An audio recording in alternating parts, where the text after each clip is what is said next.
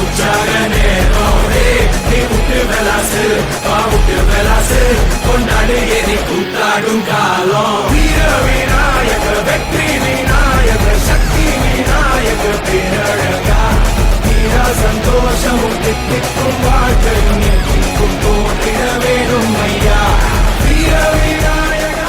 அந்தரத்தில் தூக்கப்பட்டு கடலுக்குள் நிதானமாக இறங்கிய விநாயகர் கணபதி பப்பா மோரியா என்ற கோஷங்களோடு கரைந்து சென்று நன்மைகளை கொடு விநாயகா என்று கடலில் கரைக்கப்பட்ட விநாயகர் சிலைகள்.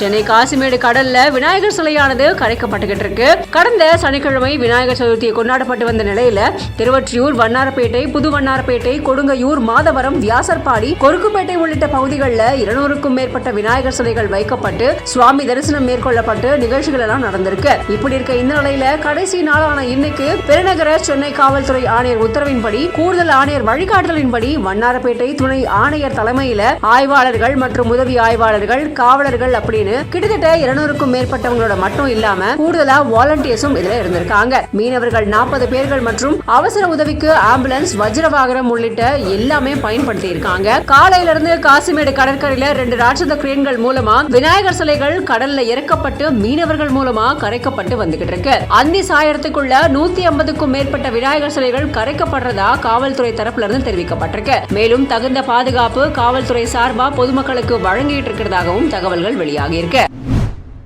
துணையில்லா வாழ்க்கையில் துணையாய் உன் குரல் திரும்பி வா,